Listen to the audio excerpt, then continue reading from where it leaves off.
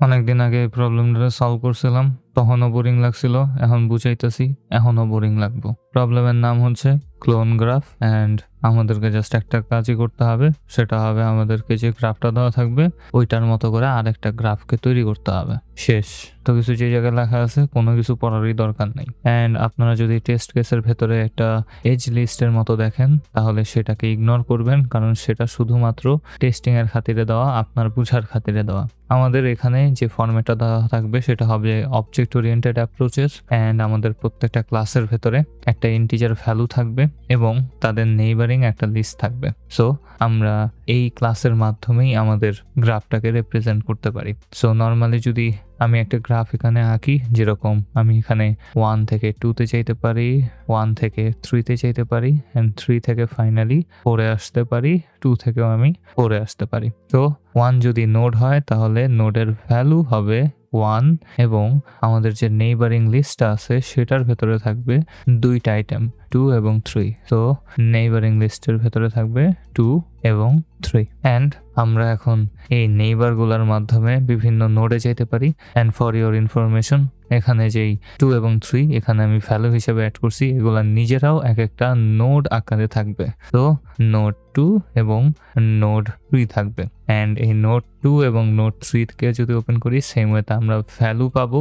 Value হবে 2 এবং এদের নেইবারিং লিস্ট থাকবে এবং এটার ভেতরে 2 এর নেইবার হবে 4 এবং আইরনিকলি 3 এর নেইবারও হবে 4। এভাবে আসলে আমাদের গ্রাফটাকে দেওয়া থাকবে একটা লিঙ্ক লিস্টের মতো করে। অ্যান্ড আমরা এখন এটাকে দেখতে পারি যে কিভাবে সলভ করা যায়। এখানে আমি ছোটখাটো একটা গ্রাফকে নিয়ে নিছি যেটা আমাদের দেওয়া থাকতে পারে। ধরে নিলাম 0 হচ্ছে আমাদের স্টার্টিং ভ্যালু। এখন আমরা যেহেতু জানবো না ইনপুটে 0 আছে কি নাই অথবা কোনো নোড আছে কি নাই, সেহেতু আমরা সবার প্রথমে চেক করে নিব যে আমাদের কোনো নোড আছে কিনা। যদি নোড না থাকে তাহলে আমরা জাস্ট স্কিপ করে যাব।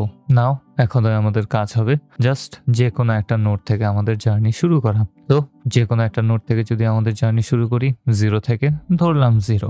এখন এটা যেহেতু একটা নোড তার মানে এটার একটা ভ্যালু আছে এবং এটার একটা নেইবারিং লিস্ট আছে। সো আমাদেরকে কি করতে হবে? ক্লোন করতে হবে। সো আমাদের কাছে যে নোডটা থাকবে সেটার ভ্যালুটা নিয়ে আমি নোড ক্লাসটাকে ব্যবহার করব নতুন আরেকটা নোড তৈরি করতে। সো আমরা যেই নোডে থাকবো, ধরে নিলাম আমরা যে নোডে আছি সেটাকে আমি বলতে পারি কারেন্ট নোড এবং এটার ভ্যালু দিয়ে আমি আরেকটা নতুন নোড তৈরি করব যেটার নাম আমি দিব ক্লোন নোড। এখন এই ক্লোন নোডের কাছেও ভ্যালু এবং নেইবার আছে, কিন্তু আমাদের ক্লোন নোডের শুধুমাত্র ভ্যালুটা সেট করা কততে? 0-তে, কিন্তু নেইবারিং যে লিস্ট সেটা কিন্তু এখনো এমটি আছে, এখানে কোনো নেইবার দেওয়া হয়নি। সো নেইবারগুলোকেও অ্যাড করতে হবে। নেইবারগুলোকে অ্যাড করব কিভাবে? সেম ওয়েতে আমরা যেই কারেন্ট নোডটাকে নিয়েছিলাম 0 সেটার নেইবারগুলোকে নিয়ে নিব। সো আমাদের কারেন্ট নোডের নেইবারের ভেতর দিয়ে আমি একটা লুপ চালাবো অ্যান্ড নেইবারগুলো কি কি আছে? নোড 2 এবং নোড 4। আমাদের কাছে কি কি থাকবে? একটা নোড থাকবে 2 আর একটা নোড থাকবে 4। তো আমরা যদি একটা লুপ চালাই সবার প্রথমে আমরা পাবো নোড 2, দেন পাবো নোড 4। এখন এই দুইটাকেও আলাদা আলাদা ভাবে আমাদেরকে ক্লোন করতে হবে। অ্যান্ড আমরা আমাদের ক্লোনিং স্টেপটা যদি মনে করি তাহলে কি ছিল? জাস্ট আমরা আমাদের নোড থেকে ভ্যালুটাকে নিব, সেটাকে নোডে কনভার্ট করব অ্যান্ড ক্লোনের ভেতরে স্টোর করব। আমাদের কাজ এই পর্যন্ত শেষ হয়ে যাওয়ার কথা। অ্যান্ড এটা করার জন্য আমরা যদি একটা লুপ ইউজ করি সেখানে আমাদের O of n স্কোয়ার সময় লাগার কথা। এখন এটা আমরা কিভাবে করব? যেহেতু প্রত্যেকটা নোডেই মাল্টিপল নেইবার্স থাকতে পারে অ্যান্ড কতগুলা থাকবে সেটা আমরা জানি না, সেহেতু আমরা এখানে রিকারশন ইউজ করতে পারি। অ্যান্ড হ্যাঁ, রিকারশন যেহেতু ইউজ করতেছি তার মানে আমরা ডিএফএস এর ব্যবহার করতেছি। যদি আপনারা গ্রাফে কিভাবে ডিএফএস করতে হয় সেটা জানেন তাহলে আপনারা এই প্রবলেমের সলিউশন অলরেডি করে ফেলছেন এবং এই ভিডিও দেখার কোনো মিনিংই ছিল না। বাট যেহেতু ভিডিওতে ক্লিক করছেন এবং এই পর্যন্ত আসছেন সেহেতু আমাকে এক্সপ্লেন করতে হবে, যদিও আমার অনেক বোর লাগতেছে। অ্যান্ড আমরা রিকারশনের মাধ্যমে জাস্ট সেম স্টেপসগুলোকেই রিপিট করব, আর কিছু না। তো ঠিকমতো যদি দেখি তাহলে আসলে আমরা কি করতেছি একটু সুন্দরভাবে বুঝার চেষ্টা করি। আমাদের ফার্স্টের জিনিস ছিল আমরা স্টার্টিং পয়েন্ট থেকে শুরু করব। ধরলাম 0 থেকে শুরু করলাম, 0কে আমি ক্লোন করব। So clone is equals to হবে আমাদের যে কারেন্ট নোড ছিল সেটার ভ্যালু। সো আমি সবকিছু একটু ক্লিয়ার করে দিই অ্যান্ড আমাদের যে সূত্রটা ছিল সেটা আমি এখানে লিখি। সো কারেন্ট ডট ভ্যালুটাকে আমি নোডে রূপান্তর করব। আমাদের একটা নোড ক্লাস তৈরি করা থাকবে, আমরা সেটাকেই ব্যবহার করব অ্যান্ড সেটাকে আমরা ক্লোন করে রাখলাম। ক্লোন করার পর এখন আমরা এই কারেন্ট নোডের নেইবারের গুলার ভেতর দিয়ে লুপ চালাবো। So loop through current dot neighbours and আমাদের কাছে 2 এবং 4 থাকবে এবং যতবার আমি এটা করব ঠিক ততবার এখন আমাদের নেইবারে অ্যাড করতে হবে। সো কিসের নেইবারে অ্যাড করব? আমাদের ক্লোনের নেইবারে অ্যাড করব। So clone dot neighbour dot append করে দিব, যেহেতু আমাদের কাছে একটা লিস্ট আছে আমরা অ্যাপেন্ড করতে পারি। অ্যাপেন্ড করব কাকে? আমাদের এই নোডটাকে, যে নেইবারিং নোডগুলোকে পাইতেছি। কিন্তু এখন সমস্যা হচ্ছে কি, এই নেইবারিং নোডগুলোরও কিন্তু আবার এক্সট্রা করে নোড থাকতে পারে।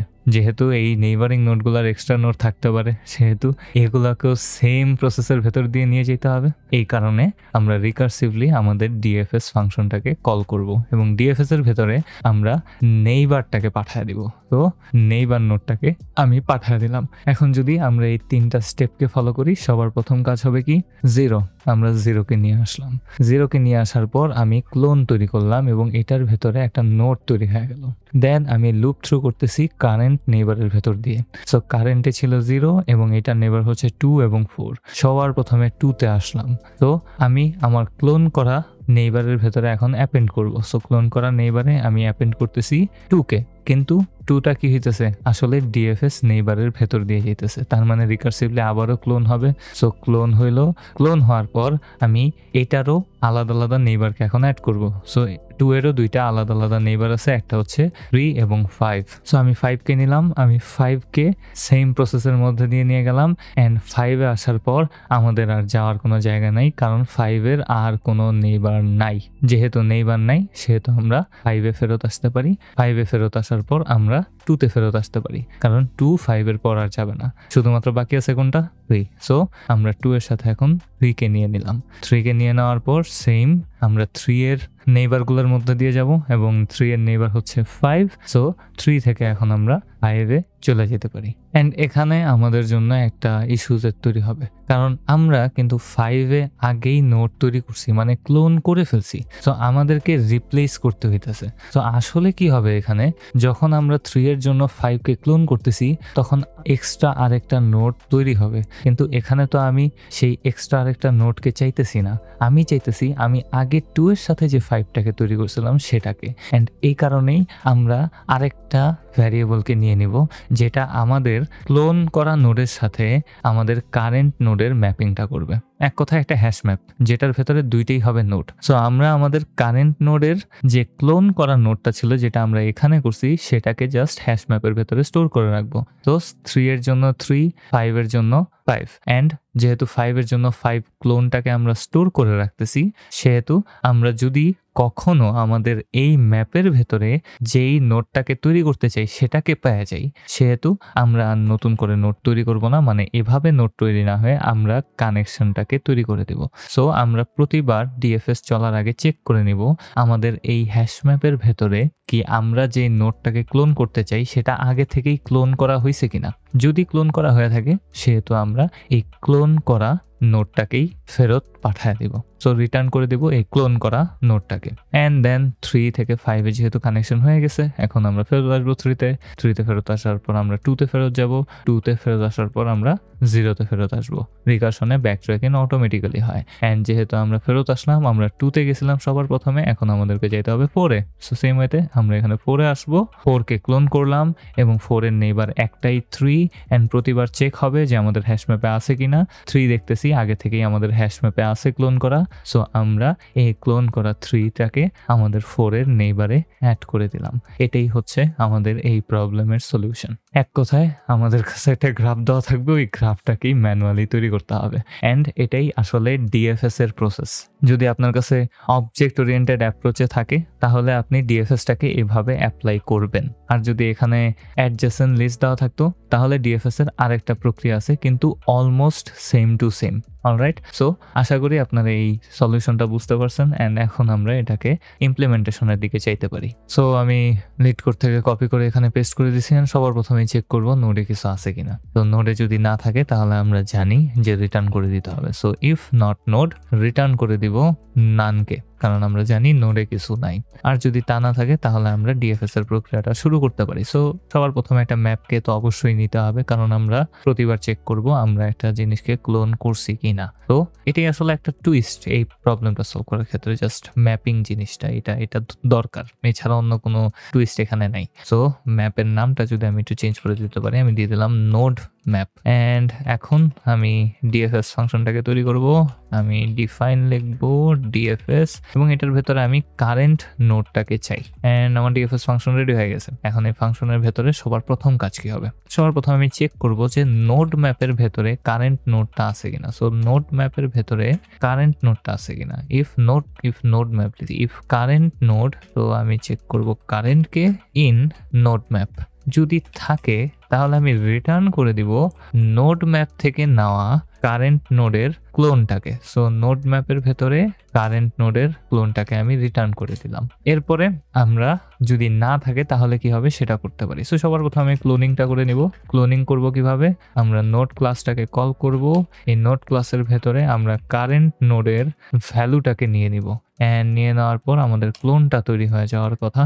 অ্যান্ড যেহেতু আমরা ক্লোনটাকে তৈরি করছি সেহেতু এখন নোড ম্যাপের ভেতরে অ্যাডও করে দিব। সো নোড ম্যাপ এবং এটা যাবে কারেন্ট নোডের জন্য ইজ ইকুয়ালস টু হবে আমাদের ক্লোন করা নোডটা। অ্যান্ড এখন আমরা নেইবার গুলাকে অ্যাড করা শুরু করতে পারি। সো ফর নেইবার্স, আমি যদি বানান NEIGHBOURS, ফর নেইবার ইন আমাদের যে কারেন্ট নোডটা আছে সেটার নেইবার্স গুলা। অ্যান্ড বানান ঠিক রাখতে হবে অবশ্যই, বানানটা কোত্থেকে আনি আমি। অ্যান্ড আমি ওই ক্লাসটা থেকে কপি করে পেস্ট করে দিছি। নেইবার গুলা থেকে প্রত্যেকটা নেইবারকে বার করব অ্যান্ড বের করে দেওয়ার পর একটা একটা করে ক্লোনের ভেতরে অ্যাড করব। So clone dot neighbours NEIGHBOURS and you হবে না, শুধু ORS হবে, বানান ঠিক মতো করতে হয় ভাইয়ারা। ডট অ্যাপেন্ড করে দিতে পারি নেইবার্স গুলাকে, কিন্তু নেইবার্স গুলারও তো ক্লোন করতে হবে। সো আমি রিকার্সিভলি ডিএফএস ফাংশনটাকে কল করব এবং নেইবার গুলাকে ডিএফএস এর মাধ্যমে পাঠিয়ে দিব। অ্যান্ড সকল কাজ যখন শেষ হয়ে যাবে, অ্যান্ড এই সকল কাজ শেষ হয়ে যাওয়ার পর আমরা ফাইনালি রিটার্ন করে দিতে পারি আমাদের ক্লোন করা প্রথম নোডটাকে। অ্যান্ড আমরা এখন ডিএফএস ফাংশনটাকে কল করে দিব। তো ডিএফএস ফাংশনটাকে কল করলাম এবং এটার ভেতরে সবার প্রথম আইটেমটাকে পাঠিয়ে দিব, যেটা হবে নোড। তো ডিএফএস নোডটাকে আমি পাঠিয়ে দিলাম। এখন সবকিছু ঠিকঠাক থাকলে আমি এটাকে কপি করতে পারি। কপি করে পেস্ট করে দিলাম। রান করে দেখবো সবকিছু ঠিকঠাক আছে কিনা। এরর খাইস না ভাই প্লিজ, এরর খাই নাই। রান টাইম একটু বেশি দেখা যেতেছে, এমনটা হওয়ার কথা ছিল না, but let's see. And submit হয়ে গেছে। অ্যান্ড আপনারা হয়তো বা রান টাইম দেখে একটু আশাহত হইতে পারেন। এর মিনিং হচ্ছে যে আমরা আসলে এখানে যে টেকনিকটাকে ইউজ করছি ক্লোনিং করার জন্য তার থেকে বেটার একটা টেকনিক হইতে পারে, এবং আমি জানি সেই টেকনিকটা কি, সেটা হচ্ছে বিএফএস। অ্যান্ড আপনাদেরকে আমি জাস্ট এটাই বলবো যে ভাইয়ারা নিজেরা ইমপ্লিমেন্ট করে নেন বিএফএস দিয়ে, কারণ এটার উপরে বেসিক্সের ভিডিওতে আমি বিএফএস কিভাবে করতে হয়, ডিএফএস কিভাবে করতে হয় সবই দেখায় দিছি, বুঝায় দেওয়ার চেষ্টা করছি। আপনারা সেই ভিডিওটা দেখে আসলে এই প্রবলেমটা সলভ ডিএফএস বিএফএস দুটার মাধ্যমেই করতে পারবেন। অ্যান্ড এই কারণেই বলতেছি বিএফএস দিয়ে নিজে প্র্যাকটিস করেন। ডিএফএস দিয়ে একটু স্লো হবে কারণ এটার ভেতরে রিকারশন হইতেছে অ্যান্ড মেমোরি বেশি লাগতেছে, কিন্তু বিএফএস এ মেমোরি একটু কম লাগবে কারণ সেখানে কিউ ইউজ করতে হয়। যাই হোক, আমরা এই প্রবলেমটাকে ঠিকঠাকভাবে সলভ করতে পারছি। আমি আরেকবার সাবমিট করে দেখতে চাই যে স্পিডটা বাড়ে কিনা। অ্যান্ড স্পিডটা একটু বাড়ছে, আগে আর একটু খারাপ ছিল, এখন আর একটু বেটার। অ্যান্ড আমরা যদি একটু চেক করতে চাই যে এখানে এই সলিউশনটা কেমন হয়, একেবারে সেম টু সেম সলিউশন রে ভাই। সো আপনারা এটাও বুঝতে পারতেছেন যে সামটাইমস লিড কোড এরকম রান টাইম দেখাইতে পারে, অলরাইট, একটু স্লো দেখাইতে পারে। ইটস বিকজ আপনার কোনো সমস্যা হয়নি, আপনি ঠিকঠাক মতোই সলভ করছেন, কিন্তু আপনার কোডটা লিড কোডের যে ইঞ্জিনে রান হইতেছে সেটা একটু স্লো, অলরাইট। অ্যান্ড আমার মনে হয় একেবারে সেম টু সেমই কি, আসলেও সেম টু সেম। এখানে ভিজিটের নিচে আমি নিছি node map and almost same to same. Okay, not bad.